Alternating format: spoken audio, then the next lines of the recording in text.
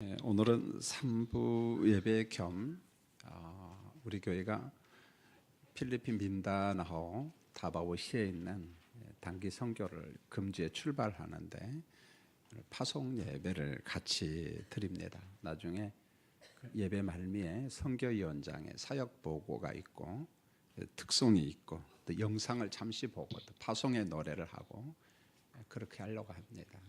단기 선교팀이 아마 정보 전달이 잘 안 된 것 같아요. 예배 동참해야 되는데 지금 없어서 빨리 어디 있든지 들어오도록 그렇게 협조해 주시기 바랍니다.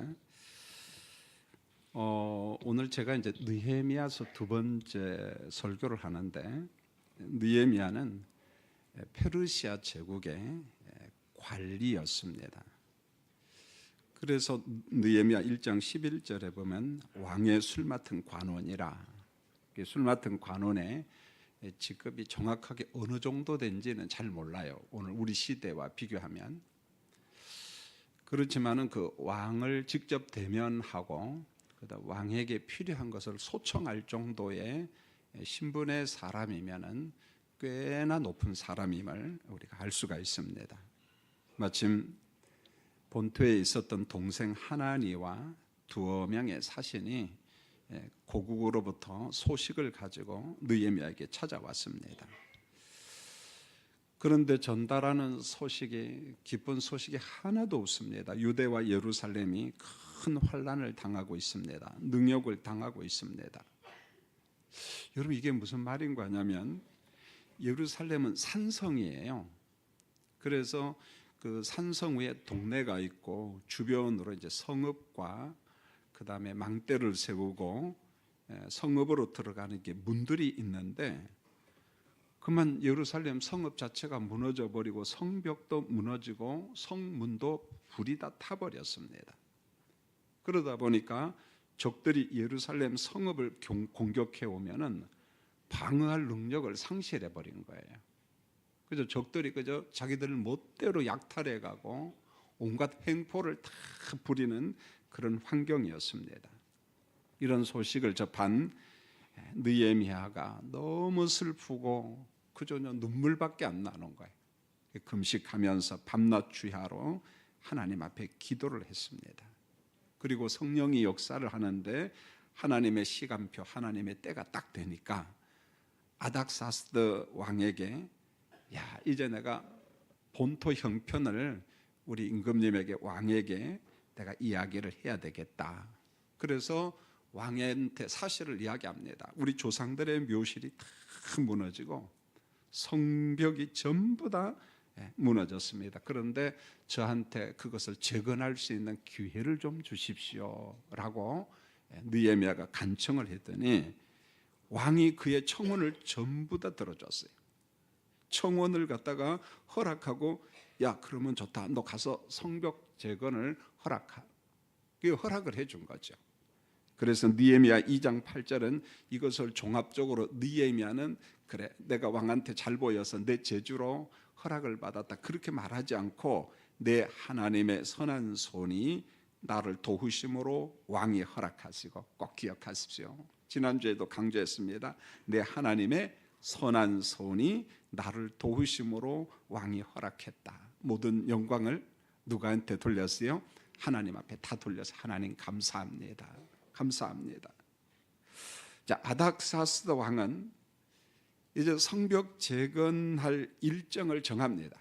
이 느헤미야가 얼마나 일을 잘했어요. 야, 느헤미야야, 너 성벽 재건 허락할 테니까 갔다가 너 언제 올래? 꼭 와야 된다. 약속을 하는 것이죠. 그리고 난 다음에 성전 재건 귀한 명령을 내렸습니다. 가서 너희 본토 가서 성벽을 전부 다 재건하라. 여러분, 이때가 언제냐면 주전 444년입니다. 그래서 느헤미야가 사람들을 데리고 예루살렘으로 돌아가는데 이때가 3차 포로 귀환 시대입니다. 자, 한 번만 더 복습하겠습니다. 바벨론의 포로가 된 이스라엘 백성들, 근데 이 바벨론도 멸망하고 이제 메데파사 페르시아 제국이 들어선 거예요. 그래서 페르시아 제국 밑에 있었던 이스라엘 백성들이 세 번에 걸쳐서 귀환을 하는데 첫 번째 귀환은 주전 537년에 약 5만 명 정도가 귀환을 합니다. 2차 귀환은 458년 한 5천 명 정도 귀환을 하고 3차 귀환은 440년인데 정확하게 몇 명 귀환한지를 잘 몰라요. 그래서 1차, 2차, 3차 해서 많은 사람들이 예루살렘 본토로 유대 땅으로 돌아왔습니다. 자, 이제 성벽을 재건하고 성문을 재건해야 할 느헤미야가 전략을 세워야죠. 본래 느헤미야는 온유하고 하나님 앞에 기도하는 기도의 사람이지만은 성품은 참 조용합니다만은 그는 전략가입니다. 아주 치밀하게 전략을 세워요.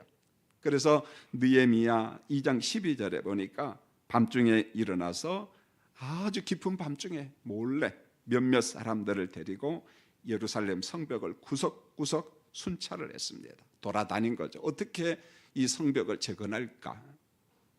확인 결과 너무너무 슬프고 비참했습니다. 예루살렘 성벽이 완전 초토화되고 다 무너지고 성문은 전부 다 불타버렸습니다. 망루는 다 무너지고, 자, 폐허가 된 예루살렘 성읍을 보면서 이제 전략을 세우는데 그 전략이 뭐냐면 이런 거였습니다. 성벽과 성문과 망루를 재건할 때 가장 짧은 시간에 이걸 복구를 해야만이 적들로부터 이걸 예루살렘을 안전하게 지킬 수 있겠구나.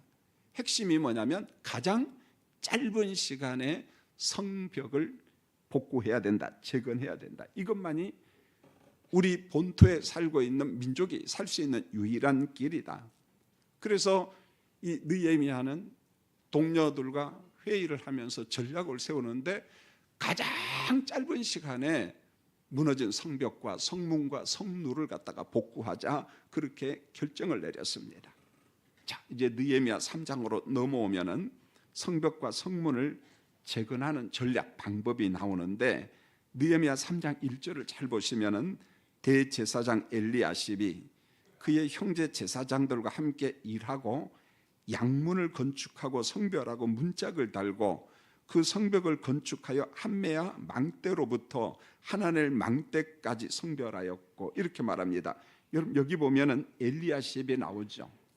엘리야십이 성벽 재건하는데 굉장히 공로자입니다. 그런데 시간이 얼마 지나가서 제가 아마 이 부분 설교는 못하고 넘어갈 것 같아요. 엘리야십 대제사장과 그의 동료 제사장들은요, 성벽 재건하는 일은 협조를 합니다. 가장 먼저 협조를 합니다. 그런데 훗날 느헤미야가 성벽을 재건하고 정상을 회복하는데 느헤미야를 가장 힘들게 하고 고통스럽게 한 사람이 이 엘리야십입니다. 사람 참 묘합니다. 어느 때는 앞장서서 도와주고, 시간이 얼마 흐르니까 얼마나 고약한 짓을 하냐면 사마리아 사람 산발랏, 암몬 사람 도비야, 느헤미야하고 이스라엘 백성들을 얼마나 고통스럽게 하는지 몰라. 이 산발랏 하면은요 아주 산만해 보면은요. 그 다음에 도비야. 그런데 이 사람들하고 같은 패거리가 되어서 고약한 짓을 한 사람이 엘리야십입니다. 이 사람이 이렇게 변질되면 안 됩니다. 여러분들 일편단심 하나님을 섬기고 일편단심 예수 믿고 일편단심 주님의 교회에서 충성하시기를 원합니다. 이게 바뀌면 안 된다는 거죠. 보면은. 자, 어찌 됐든지 간에 본문을 설교합니다. 느헤미야 3장 1절에 무너진 성벽의 한쪽 면을 재건하는데 대제사장 엘리야십 집안 사람들이 그 한쪽 면 재건하는데 동참을 했습니다. 그 면에는 뭐가 있냐면 양문이 있어서, 양문. 여러분 양문이라는 말은 우리가 이 번제를 드리거나 뭐 속죄제, 속건제를 드릴 때 양이나 이런 짐승을 희생 제물로 드리잖아요. 그래서 희생 제물로 드리는 제물이 들락날락 하는 것을 문은 문인데 양들이 왔다 갔다 한다. 그래서 무슨 문? 양문이라고 한 거예요. 이제 아시겠죠? 이게 양문이 뭐야? 양심문? 그게 아니고 이제 양문이었습니다. 그리고 이 엘리야십 집안 사람이 뭘 하냐면 한매야 망대로부터 하나넬 망대까지. 여러분 망대 아시죠? 성읍 있고 성벽이 있으면 보초서는 뭐가 있습니까? 망대가 있잖아요. 망대까지 성벽을 재건했습니다. 엘리야십 형제와 집안 사람들이 모두 다 도와줬어요. 앞장서서 했습니다. 그 다음에 2절을 잘 보세요. 그 다음은 여리고 사람들이 건축하였고, 그 다음은 이무리의 아들 싹굴이 건축하였고, 3절 어무는 하스나 자손들이 건축하여 그 들보를 얹고 지붕을 얹고 문짝도 달고 자물쇠와 빗장을 갖추었고 그랬습니다. 여러분, 문을 할 때 보면 빗장을 가로지르죠. 그리고 무엇도 합니까? 자물쇠도 잠기고. 그럼 어무는 뭘까요? 조금 전에는 양문이라고 하는 대문을 했으니까 어무는 무슨 어자를 쓸까요? 물고기 어자죠. 그래서 사람들이 갈릴리 호수나 요단강에서 물고기를 잡으면은요, 아무데로 가지 못했습니다. 정해져 있어요. 여기 양이 들어가는 물, 여기 말이 들어가는 물, 여기는 물고기가 들어가는 문, 어문을 정했는데, 그래서 갈릴리 호수에서 잡고 요단강에서 잡은 물고기를 어문을 통과해서 들락날락했는데, 바로 어문 주위에는 수산시장이 있었어요. 노량진 수산시장 같은 시장, 물고기 파는 데가 있었다는 것입니다. 그래서 그 어문을 만들었습니다. 그런데 성도님들, 제가 다 읽지는 않았지만은요, 4절부터 31절까지 보면 반복되는 단어가 엄청나게 많이 나오는데, 여러분 눈으로 한번 살짝 보면은 4절에 무슨 단어가 나와요? 그 다음. 5절에도 뭐가 나와요? 그 다음. 31절까지 계속해서 나오는 단어가 뭡니까? 그 다음, 그 다음, 그 다음, 그런 말입니다. 여러분, 그 다음이라고 하는 말은 무너진 성벽을 가장 신속하게 재건하는 느헤미야의 전략입니다. 방법론이었습니다. 왜요? 작은 공사 구간을 정해놓고 한 집안에게 구간 책임을 맡기는 거예요. 당신 집안은 여기에서 여기까지는 당신이 지어야 됩니다. 그리고 빠른 시간 내에 완공을 하셔야 됩니다. 왜 이렇게 구간을 작게 잡고 이것을 집안 사람들에게 다 맡겼느냐면 이유가 있어요. 성벽을 재건할 사람들 얼마 안 됩니다. 포로로 붙잡혀가고 흩어졌죠. 본토로 귀환한 사람은 얼마 안 되죠. 그러다 보니까 일할 사람이 없어서 방법이 없어요. 적은 숫자를 가지고 많은 일을 해야 되고, 두 번째로 건축할 장비가 부족했습니다. 여러분, 바위 덩어리를 옮기는데 이게 무슨 기중기가 있는 것도 아니고 포크레인이 있는 것도 아니고, 여러분 고대사에서 얼마나 어렵겠습니까? 그래도 일은 해야지요. 세 번째로 대적들이, 원수들이 능욕하고 조롱하고 빈정거리고 해방하는데 얼마나 힘들게 하는지 몰라요. 조롱하고요. 이 동서남북 사방에 있는 원수들이요, 너무너무 힘들게 했습니다. 자, 그러면 어느 정도 힘들게 했는가? 성경에 기록이 나오는데 느헤미야 4장 1절을 보면은 산발랏이 우리가 성을 건축한다 함을 듣고 크게 분노하여 유다 사람들을 비웃으며 조롱했다는 것입니다. 저희들이 뭐 하면 뭐 하겠느냐, 이런 거죠. 느헤미야 4장 3절에 보면 암몬 사람 도비야는 산발랏 옆에 있다가, 곁에 있다가 이르되 그들이 건축하는 돌 성벽은 여우가 올라가도 무엇하리라? 무너지리라. 여러분, 여우 봤나요? 안 봤나요? 여우 새끼가 큽니까? 조그만합니까? 왜 저만 우두커니 보고 있습니까? 무슨 여우가 코끼리입니까? 조그만해요, 여우 새끼. 그런데 뭐라고 빈정거립니까? 아이고, 저거 보니까 여우 새끼가 올라가도 와르르 다 무너지겠다. 조소, 빈정거림, 험담, 악담. 여러분, 느헤미야 4장 7절을 보세요. 산발랏, 도비야, 아라비아 사람들, 암몬 사람들, 아스돗 사람들, 많은 사람들이 예루살렘 성벽 재건을 회복하는데, 이 말씀을 보면 동서남북 사방 사람들이 대적자들로 가득 찼습니다. 원수들이 우글우글거립니다. 여러분, 아라비아 사람들도 와서 회방했다고 그랬어요. 아라비아가 어디냐면 요르단의 더 저쪽, 그리고 밑에 쪽. 그래서 지금도 사우디, 그 다음에 뭐가 붙어요? 아라비아. 사우디, 아라비아 그 광활한 지역에 있는 사람들도 이 일에 와서 못된 짓 했다는 거예요. 동서남북 사방이 온통 못된 사람들로 우글우글 거렸습니다. 자, 느헤미야는 안락한 관직의 자리를 버리고 여기까지 왔잖아요. 우리 언약 백성들, 우리 부모님, 형제들, 내 처자식이 환난과 능욕으로부터 벗어나고 그들을 안전하게 지킨다는 그 사명, 그 하나만 가지고 무거운 십자가를 짊어지고 여기까지 온 겁니다. 안 와도 돼요. 관직에서 안락하게 살아도 됩니다. 나 모른다, 그렇게 해도 됩니다. 그런데 하나님의 사람, 성령의 사람 느헤미야는 그러지 않았습니다. 내가 성벽재건을 한번 감당해 보리라. 내가 감당해 보리라. 온갖 회방이 있고 별 악담과 어려움이 있지만 느헤미야는 물러서지 않았어요. 물러서지 않았습니다. 그리고 난 다음에 혹시 내 백성이 좌절할까 봐서 언약 백성들을 격려를 합니다. 뭐라고 격려하면 느헤미야 4장 14절에 보세요. 귀족과 민장, 다시 말하면 방백들과 남은 백성들, 이 남은 백성은 일반 서민들입니다. 그 사람들을 설득을 했는데 이렇게 말합니다. 너희는 그들을 두려워하지 말고 지극히 크고 두려우신 주를 기억하라. 하나님을 기억하라. 너희 형제와 자녀와 아내와 집을 위하여 싸우라. 여러분, 성벽과 성문과 망대를 재건하는 느헤미야는 전략을 두 가지로 딱 정했습니다. 아주 단순합니다. 그들의 감정의 호소예요. 믿음과 신앙의 호소를 합니다. 첫 번째가 뭐냐면 여호와 하나님에 대한 믿음을 요구했습니다. 우리 하나님을 신뢰하자. 하나님의 존재를 이야기하면서 지극히 크신 하나님, 여러분 두려우신 하나님, 그분 하나님을 기억하면서 우리 성벽을 재건하자. 두 번째로 호소하고 설득한 게 뭐냐면 우리 가족을 위해서 성벽을 재건하고 싸우자. 분명 이번 일은 힘든 작업입니다.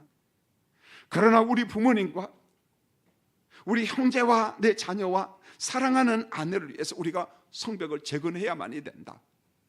성벽이 없고 성문이 없는 예루살렘은 방어 능력이 없습니다. 주변에 있는 적군들이 돌아와서 횡포를 부려도 막을 수 있는 재주가 없는 겁니다. 그러므로 우리 부모님과 형제들과 처자식을 위해서 우리가 성벽을 만들어야 되지 않겠는가. 여러분, 대한민국의 역사를 봐도요, 병자호란 때 보면은요 참 슬픈 나라입니다. 우리나라가 청나라 때 우리나라 여자들과 일부의 남자들이 몇 명 끌려간 줄 아세요? 50만 명 끌려갔습니다. 못 돌아왔어요. 그 일부는 돌아와가지고 지금의 홍제천이나 홍은동 쪽에서 살았잖아요. 보면은 인간 대접 받지 못했습니다. 나라가 약하니까.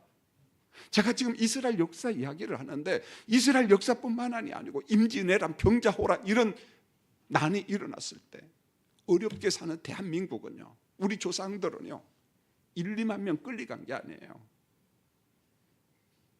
50만 명, 몇십만 명씩 끌려간 나라가 우리나라였어요. 나라가 약하면은 서러움이 얼마나 많은지 몰라요. 우리가 역사를 보면서 정신 차려야지요. 긴장해야 됩니다. 우리끼리 막 치고 패고 싸우고 우리끼리 이 정치꾼들한테 속아 넘어가면 안 됩니다. 참 마음이 아파. 오늘 저는 이 말씀을 보면서 우리나라 역사도 한번 생각해 봤습니다. 오늘 뭐라고 이야기하고 있습니까? 우리가 빨리 성벽과 성문과 성루를 재건하지 아니하면은 우리 부모님, 우리 형제, 내 처자식이 잡혀가 고통을 당해, 능욕을 당해. 그러므로 어렵고 힘들고 고통스럽지만은 성벽 재건하는데 가족 단위로 우리 한번 노력하자, 힘쓰자. 여러분, 가족이라고 하는 이 단어가 너무너무 귀하잖아요. 우리 가정에 부부가 있고 피를 나는 자녀들이 있잖아요. 우리 가족이라고 이야기합니다. 가정이라고 이야기합니다. 사람들한테 물어보세요. 당신은 왜 이렇게 수고스럽게 일을 합니까? 직장 생활을 하십니까? 힘이 들고 고생되는 일을 합니까? 첫 마디가 뭐라고 한 줄 아시죠?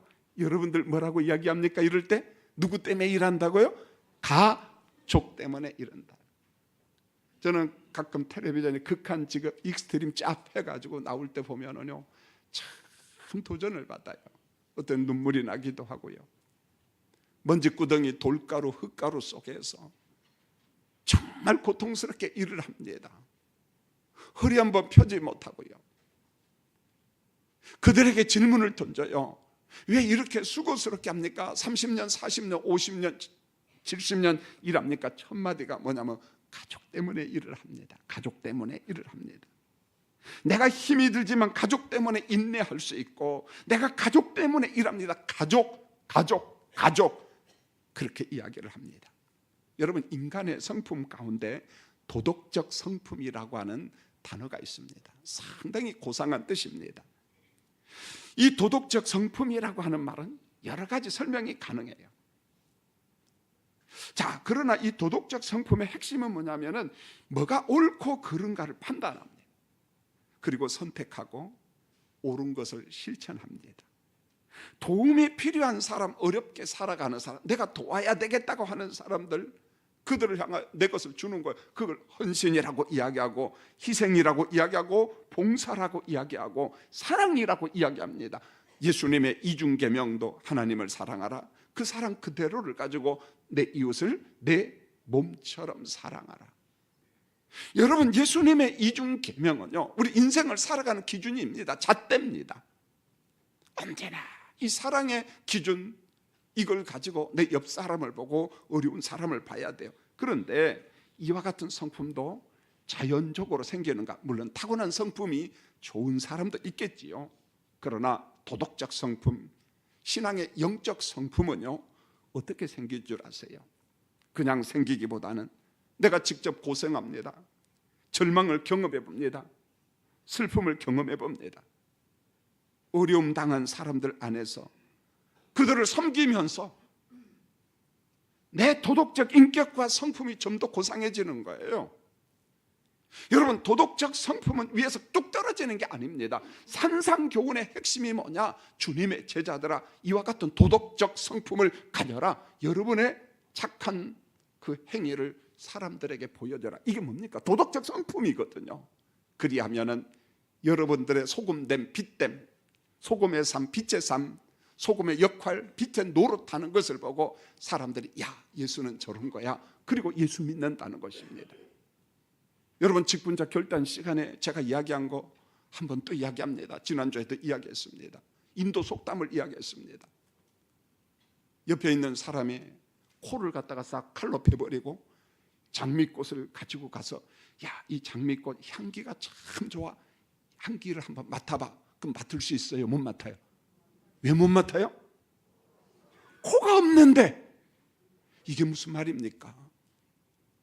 오늘 예수 믿는 사람들이 거드름을 펴와요. 경거망동합니다. 교만합니다. 하나님의 말씀대로 살지 못해요. 그리고 내 이웃에 있는 사람들의 마음을 꽉 닫았어요. 마음이 닫힌 사람들에게 예수 복음, 천국 복음, 십자가 복음, 예수 믿고 천당 갑시다 그러면 뭐라고 해요? 너 나가라 그래요. 왜요? 나는 너 같은 사람 될까 봐서 예배당에 안 가겠다는 거예요. 오늘 예수 믿는 사람의 문제가 뭡니까? 주님의 제자로 부름을 받았는데 소금 노릇 못했어요. 제자 노릇 못했습니다. 상대방들에게 복음을 전하니까 상대방의 사람의 마음이 딱 막혀버렸다는 것입니다. 여러분, 얼마나 마음 아픈 일일까요? 얼마나. 여러분, 도덕적 성품이라고 하는 것은 그냥 되는 것이 아니라 다양한 환난과 다양한 절망과 다양한 고통과 고난 속에서 그리스도를 닮아가고 그리스도에게 더 가까이 가고 우리 심령이 정화된다는 것입니다. 바울이 뭐라고 간증하세요? 로마서 5장 3절로 4절에 환난은 인내를, 인내는 연단을, 연단은 소망을 이룬 줄 알미라. 심지어는요, 우리 예수님도 받으신 고난으로 순종함을 배웠다. 히브리 기자가 그렇게 이야기합니다. 여러분, 예수님이 받으신 고난이 뭡니까? 십자가잖아요. 십자가를 통해서 성부께 순종하는 것을 배웠다는 거예요.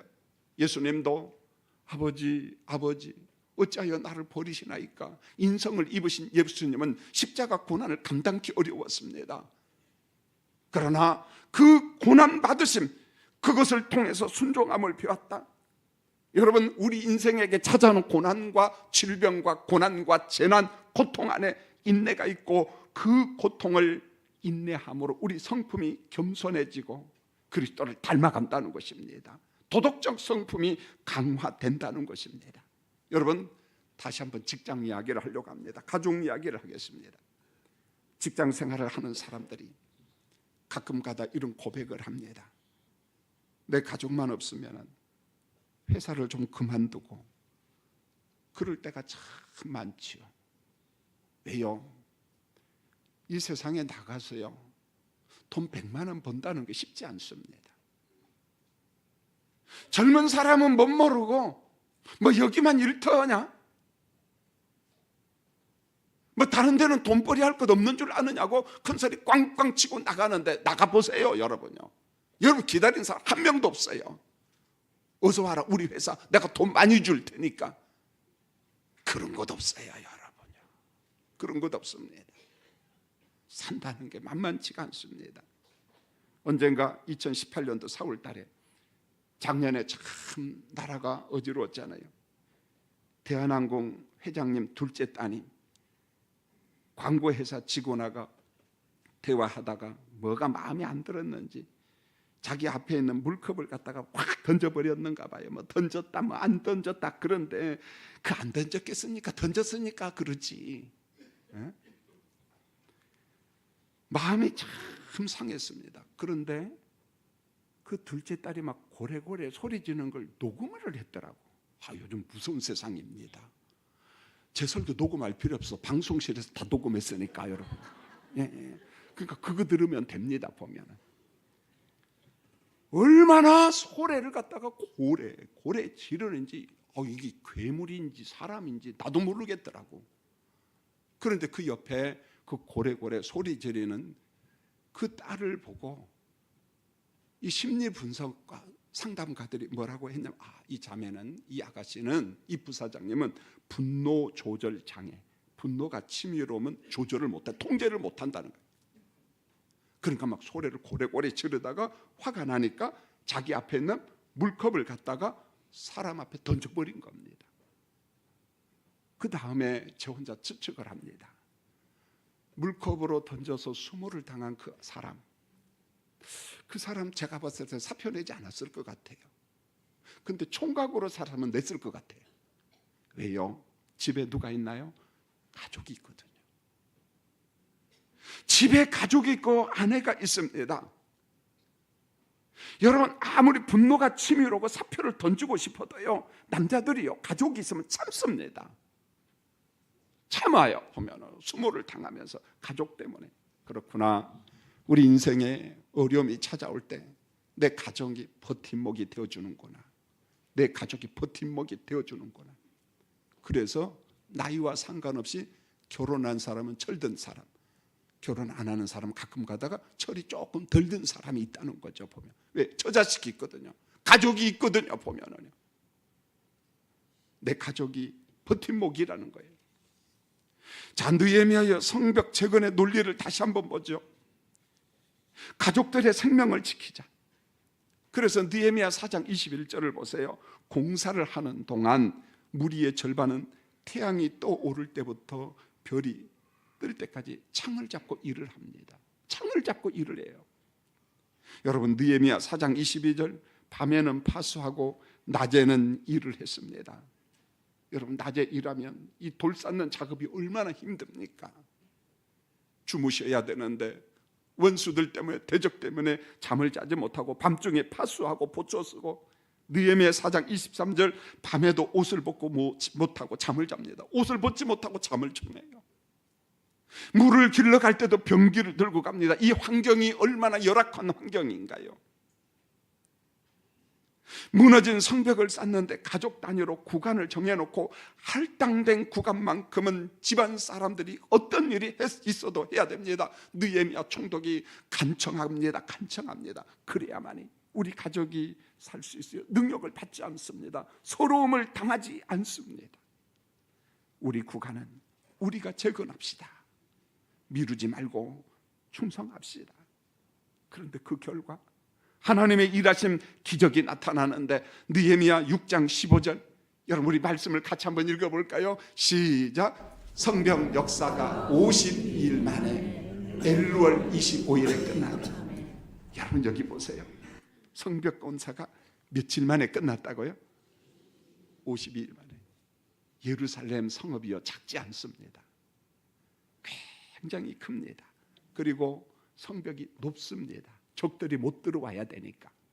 그런데 그 성벽을 작은 인원 가지고 힘든 돌로 쌓는 성벽, 원수들이 해방하고 적들이 비방하는데, 그런데 그와 같은 열악한 환경 속에서 단 52일 만에, 짧은 시간 만에 숫자도 얼마 안 되는 가족 단위로 성벽을 갖다가 완공했습니다.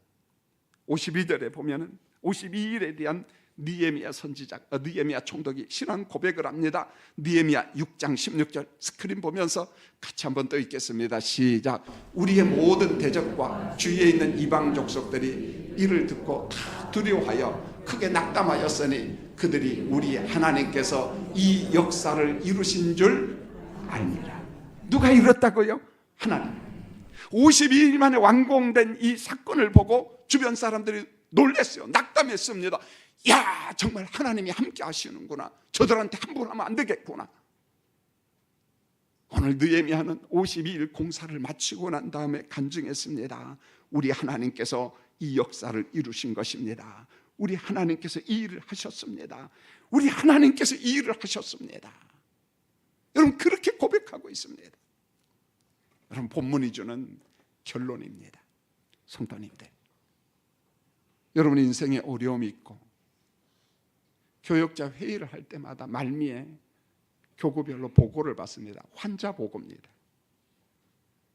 자, 이 사람은 여기가 아파요. 저 사람은 저기가 아파요. 참 쉽지 않습니다. 완치된다는 게. 여러분 인생에 벅찬 일도 있고 회사를 경영할 때 참 쉽지가 않죠. 정말 봉투 얼마 월급 받는다는 게 쉽지 않습니다. 자, 이와 같은 환경에 있을 때 크고 놀라우신 하나님의 일하심을 우리는 얼마든지 경험할 수 있어요. 신방단 열 때마다 시편 34편 8절을 우리 성도들을 위로하기 위해서 종종 설교를 합니다.